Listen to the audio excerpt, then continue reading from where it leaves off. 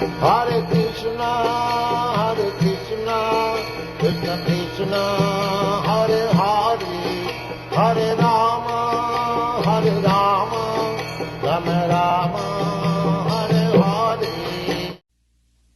Hearing of this Bhagavad Gita or Srimad Bhagavatam from the realized person, that will train up oneself, into the thoughts of the Supreme Being, 24 hours, which will lead one ultimately, antakali, to remember the Supreme Lord, and thus, leaving this body, he will have a spiritual body,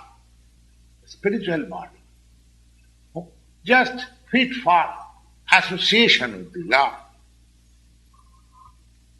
The Lord therefore says, Abhyasa yoga juktina chetusa nanugamina paramang purusang divyang yati partha anuchintayan. Anuchintayan. Constantly thinking of himself only. It is not very typical process. One has to learn this process from the experienced person in this life. That vijnanatma sa gurumiva vijachet. One should approach a person who is already in the practice. So, abhyasa yoga juktena. This is called abhyasa yoga, practice. Abhyasa is how to remember the Supreme Lord always. Cetasa nanugamino. The mind is always flying to this, to that. And so one has to practice, to concentrate the mind into the form of the Supreme Lord, Sri Krishna, always, or in his sound, in his name, which is very easier. Instead of concentrating on my mind may be very restless, going hither and thither. But I can concentrate my ear into the sound, vibration of Krishna. And that will also help me. That is also Bhyasa. Cetasa nanugamina paramam purusam dibbam. Paramam Purus, the Supreme Personality of Godhead in the spiritual kingdom, in the spiritual sky, one can approach anuchintayan, constantly thinking. So, these processes, the ways and means, all are stated in the Bhagavad Gita. And there is no bar for anyone. It is not that that a particular class of men can approach. Thinking of Lord Krishna is possible. Hearing of Lord Krishna is possible by everyone.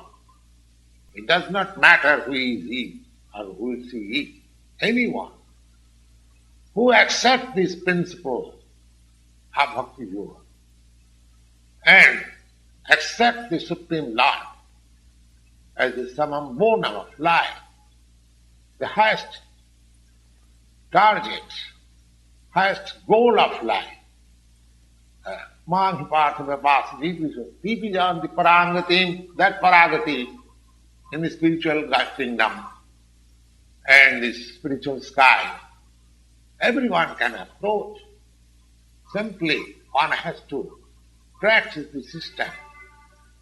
That system is hinted in the Bhagavad Gita very nicely.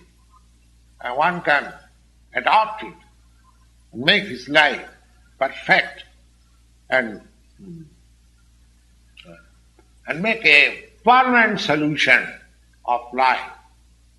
That is the sum and substance of the whole Bhagavad Gita.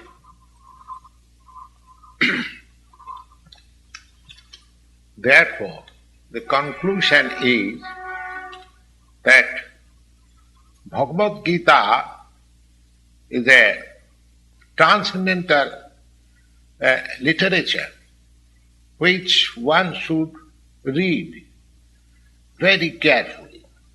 Gita Shastramidam Punyam Japatet Prajata Puman.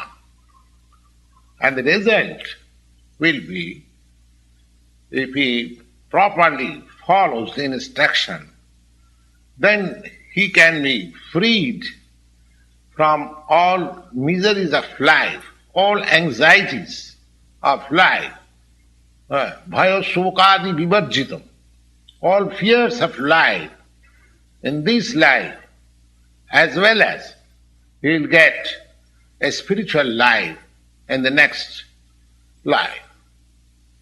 Gita dhyana silasya pranayama parasya naiva santi papani purvajanma kritani cha. Another advantage is that if one reads Bhagavad Gita very sincerely and with all seriousness, then by the grace of the Lord, reactions of his past misdeeds will not act upon him.